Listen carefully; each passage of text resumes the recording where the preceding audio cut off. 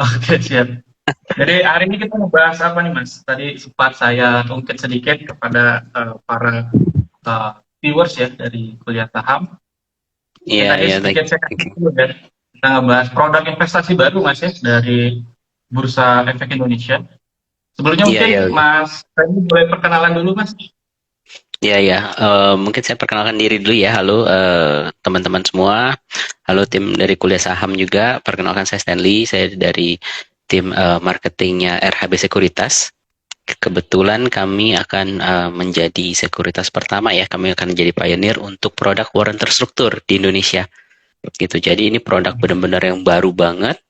eh, Bukan hanya untuk RHB tetapi untuk Indonesia gitu. Jadi ya semoga apa sharing saya hari ini bisa membukakan wawasan lah karena saya lihat sudah mulai banyak nih di apa di media sosial ya.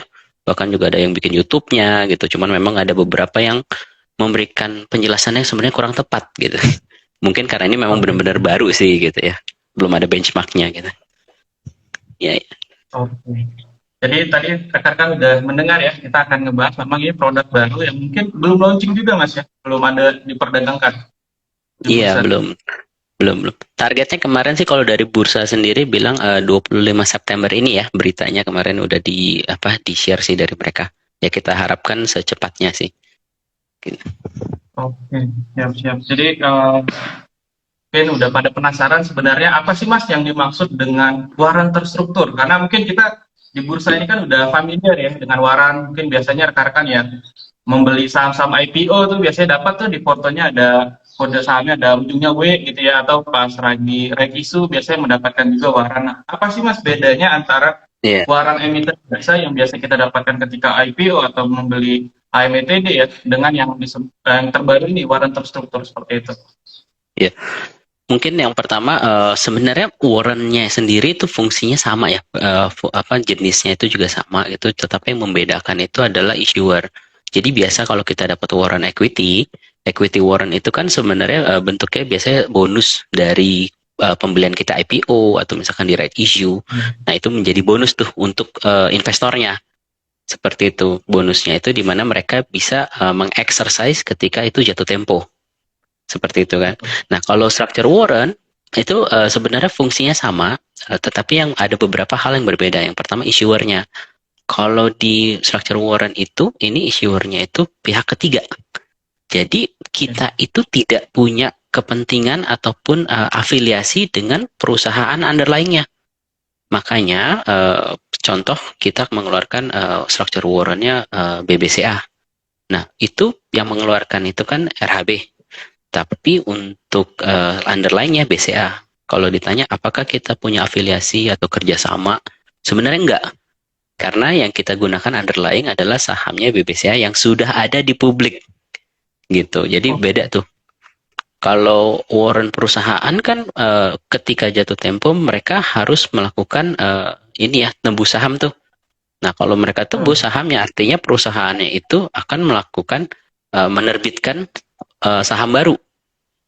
Nah itu yang bisa menyebabkan harga sahamnya juga akhirnya terimbas ya jadi agak terkoreksi lah gitu. Nah kalau di kita enggak kita tuh cuman menggunakan saham-saham yang sudah ada di publik seperti itu. Nah itu bedanya sih ya salah satunya dari issuer. Terus kedua yang paling unik lagi kita ada namanya liquidity providernya mas. Nah liquidity Oke, provider yang ini juga menggunakan produknya. ya ini juga hal baru sih. Jadi di Indonesia sendiri belum pernah ada nih. Jadi mungkin yang agak mirip dengan liquidity provider fungsinya tuh kalau kita mungkin investor teman-teman yang pernah beli ETF ya. Nah, ETF itu kan sebenarnya udah ada tuh standby buyer-nya. Standby Ya, buyer-nya siapa? Ya penerbit ETF-nya gitu kan. Jadi at any time investor mau beli atau mau jual mesti siap tuh mereka. Seperti itu. Nah, kalau di kita cuman bedanya gini, kalau ETF itu kan mereka benar-benar mengkontrol harganya sesuai dengan indexingnya tuh biasanya. Nah, kalau di structure warrant itu kita sebagai liquidity provider, jadi di setiap saat kita wajib menaruh harga bid dan ask-nya. Makanya likuiditas tuh pasti akan selalu ada gitu dan investor tuh nggak perlu takut mungkin kalau yang pernah main warren equity ya, itu kan pergerakannya bisa liar banget tuh, bisa naiknya nggak karuan, turunnya pun bisa bahkan sampai nggak karuan juga, padahal mungkin harga sahamnya masih di situ-situ aja. Nah, kalau di structure warren, harapannya harusnya tidak terjadi sih, karena kami sebagai liquidity provider itu akan selalu ada tuh. Kita akan selalu kasih kuotasi, dan kuotasi harganya itu akan menggunakan harga fair price-nya. Karena kan ini produk turunan kan, berarti kan sebenarnya bisa dihitung tuh fair price itu berapa. Gitu sih bedanya structure Oke. warren. Oke, berarti yang saya tangkap tadi perbedaannya adalah yang pertama dari sisi penyedia likuiditasnya, Mas ya. Kalau Iya, waran terstruktur ini ada liquidity providernya atau standby buyer-nya betul. yang nanti akan siap ya untuk menampung penjualan ataupun pembelian dari para investor. Kemudian yang kedua tadi yang Betul. paling penting adalah metode penyelesaiannya, Mas. Ya kan ya. Tadi Iya, iya. karena kalau mungkin Ada aja. rekan-rekan yang biasa beli waran kan satu saat kan ingin ditebus gitu ya ketika harga sahamnya di atas daripada harga exercise-nya gitu ya. Nah, kalau di waran terstruktur sendiri berarti nggak ada ya apa namanya penebusan atau exercise, tapi tergantung daripada sisi harga pembelian kita dengan harga terakhir ya Mas. Berarti kita mendapatkan selisih Oh, daripada pembelian gitu ya. sebenarnya tetap ada sama. Sebenarnya kita tetap ada exercise-nya di at maturity ya. Karena kan sebenarnya warren ini Iya, kan tetap basic-nya itu kan option. Jadi tetap ada iya. option apa ada exercise-nya di akhir. Nah, exercise-nya itu yang membedakan itu adalah kita tunai sistemnya. Jadi kalau Oke. warren equity misalkan jatuh tempo nih punya hak beli sahamnya di harga 500 misalkan. Tapi harga sahamnya waktu itu sudah harga 1000 nih. Maka investor mau tebus dong. Nah, dia mau beli Iya. dong sahamnya di 500. Cuman kan pada saat itu artinya mereka harus menyiapkan dana lagi tuh, Mas. Ya kan, untuk Iya, tebus betul. sahamnya. Betul ya. Nah, kalau structure warren, itu kita tidak perlu siapkan dana lagi. Karena yang akan kita bayarkan adalah harga saham pada saat itu dikurangin dengan strike-nya. Nah, kalau misalkan dia di atas, artinya kan in the money itu. Nah, itu kita akan Iya, bayarkan secara tunai kepada iya. investor gitu. Jadi, nah investor tuh eh, nggak usah pusing siapin duit buat nebus sahamnya dulu gitu kan. Karena kan kalau yang terjadi sekarang kan mereka mesti nebus dulu sahamnya, habis itu mereka apa jual di market kan. Nah kalau misalkan seperti warren terstruktur nggak usah, karena itu kita semua sudah di apa, dan itu dihitungnya bukan oleh RHB ya Mas, itu langsung oleh KPI. Jadi semua Oh, settlement itu dihitung, keren. iya, jadi aman banget nih. Jadi untuk investor nggak usah khawatir, karena yang menghitung itu valuasinya itu nanti dari KPI, dan itu langsung didistribusi itu langsung ke RDN RDN masing-masing investor. Dan investornya nggak perlu investor RHB, kalaupun misalkan dia dari sekuritas lain pun dan dia punya structure warrant dan memang pada saat itu memang maturity in the money, maka dia tetap akan automatically ditransfer oleh KSEI seperti pembayaran dividen aja. Jadi nggak harus jadi nasabah RHB seperti itu. Oke, siap, paham Mas. Kemudian tadi karena kita sempat ngebahas sih jatuh tempo, Mas. Bedanya apa Mas dengan apa namanya waran biasa? Apakah jatuh temponya lebih cepat atau lebih lambat Mas biasanya untuk waran Iya. terstruktur? Kalau jatuh tempo kita pendek sih. Jujurnya kita tuh cuman di bawah 24 bulan. Jadi beda sama warren perusahaan yang mungkin bisa tahunan ya.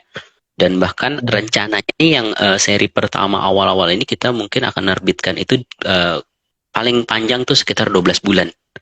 Seperti itu. Karena ya karena sebenarnya untuk investasi di structure warren ini adalah produk untuk hedging sebenarnya kita bilang. Dan memang kita tidak menyarankan untuk investor-investor yang suka buy and hold. Karena kalau misalkan long term investment itu kan 1 tahun saya rasa kurang ya waktunya. Seperti itu. Jadi ini lebih kepada mungkin buat investor-investor yang memiliki profil risiko yang lebih agresif lah. Seperti itu. Karena memang karakternya sendiri produk ini juga akan agresif. Jadi kalau yang udah pernah main warren gitu ya pasti tahu lah ya, geraknya warren itu kan nggak ada batasnya tuh Mas. Limit di atasnya nggak Iya. ada gitu, ke bawahnya pun nggak ada gitu kan. Itu yang kita mesti ditekankan tuh, tidak ada ARA, tidak ada ARB. Nah itu investor mesti tahu nih. Berarti kalau mau invest di sini ya mesti ya apa, investor yang punya karakter yang mungkin high risk lah ya, seperti itu. Gitu. Oke, jadi sangat ini ya teman-teman ya. Mungkin yang baru tahu tentang waran ya, mungkin bisa pelajarin dulu ya pergerakan waran biasa dulu di market mungkin karena produknya belum launching atau nanti ketika Ya, ya, marketnya produknya sudah ada mungkin bisa icip-icip dulu Mas ya sembari ya. mempelajari gitu. Karena Betul, betul. memang ya lagi lagi saya sendiri pun jarang sebetulnya untuk bertransaksi warren karena memang harganya sangat liar gitu, nggak ada aturan auto reject atas, nggak ada aturan auto reject bawah seperti itu. Oke, Betul, betul. kemudian ini Mas, terkait tadi kan penerbit warren terstruktur ini adalah si sekuritas Mas ya atau apa Ya, namanya pihak anggota ketiga ya, bursa yang anggota pihak bursa. ketiga.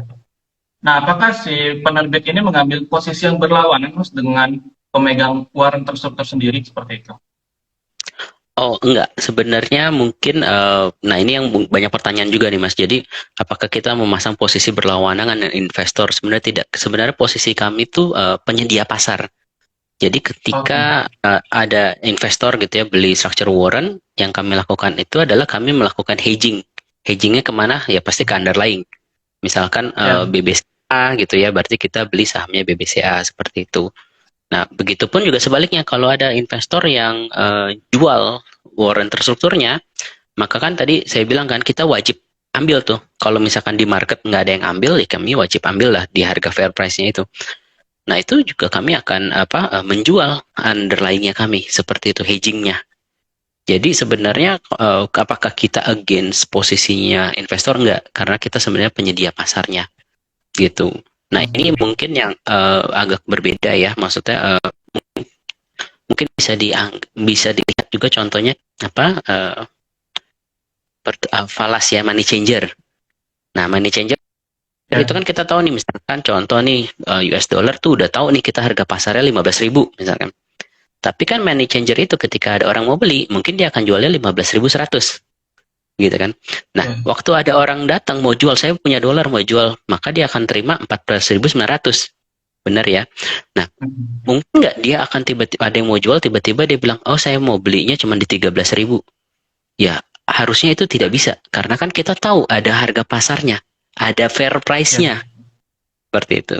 Nah, itu sebenarnya kurang lebih posisi kami ya kurang lebih seperti itu sih. Jadi nanti investor pun juga bisa melakukan perhitungan fair price-nya sendiri. Walaupun sebenarnya namanya fair price ya kita hitung harga dolar fairnya di mana susah nggak sulit gitu. Cuman setidaknya kita tahu lagi pasarannya itu di berapa.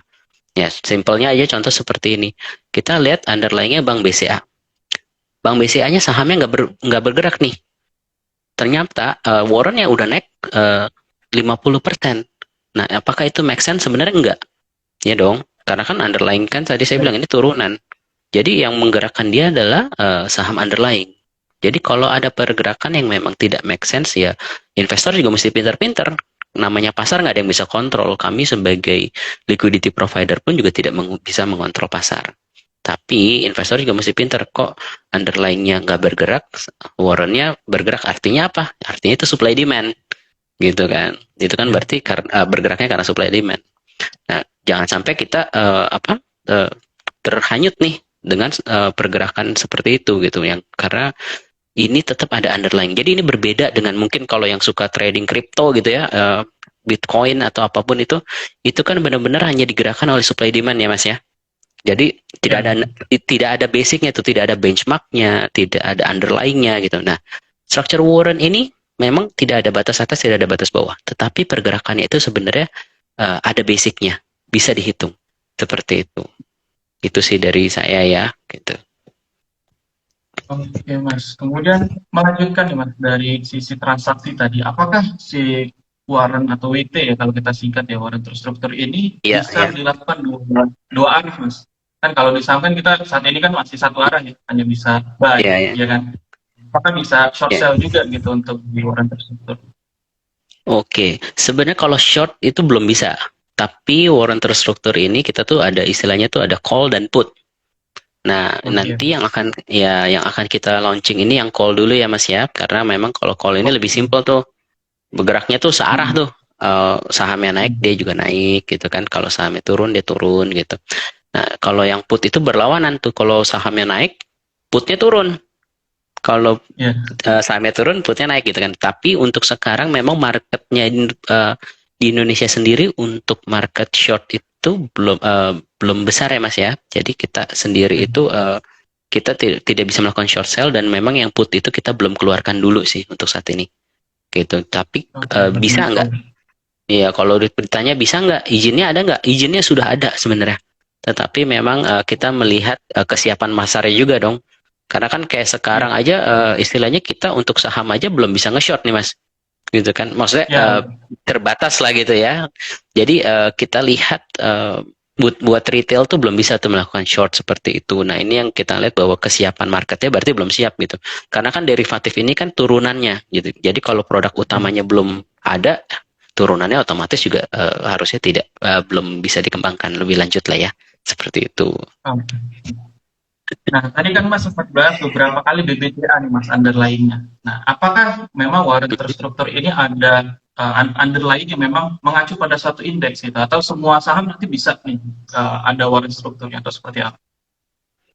Oke, sebenarnya kalau untuk warna terstruktur sendiri, kalau misalkan kayak kami di RHB ini kan sebenarnya pusatnya kami kan di Malaysia ya Mas ya. Jadi kalau di sana tuh semua saham bisa, semua underlying bisa kita pilih lah untuk jadi underlying asetnya structure warrant. Tapi untuk Indonesia sendiri itu kita sudah diatur. Kita hanya boleh menggunakan yang IDX 30. Jadi cuma 30 saham tuh yang yang ada di IDX 30. Nah, pertanyaannya mungkin adalah kenapa gitu ya? Karena yang pertama karena ini produk derivatif, maka kita mesti melihat juga saham utama. Saham utamanya itu apakah dia liquid gitu. Jadi kita lihat likuiditasnya. Kedua juga kita mesti lihat market cap-nya. Karena kalau misalkan tidak liquid gitu ya, itu juga produk ini nggak akan berjalan baik tuh. Karena kan bagaimanapun kami sebagai issuer harus melakukan hedging tuh Mas. Jadi ketika ada yang Ya, beli structure warrant-nya, kami mesti hedging. Nah, bayangkan kalau misalkan underlying-nya itu nggak liquid. Di lapangan kita mesti beli buyback structure warrant-nya, tapi hedgingnya kita nggak kelepas. Nah, itu kan yang menjadi resiko. Makanya kita membatasi diri dari bursa ya, bursa sudah memberikan batasannya sampai dengan IDX 30 saja dulu untuk sekarang. Tapi kalau misalkan dilihat memang ini bisa berjalan baik, mungkin nanti ke depannya bisa dikembangkan mungkin kayak ke LQ45 atau IDX 80 atau apapun itu bisa sih sebenarnya. Gitu. Selama dia liquid dan kapitalisasinya itu cukup, itu syaratnya sebenarnya.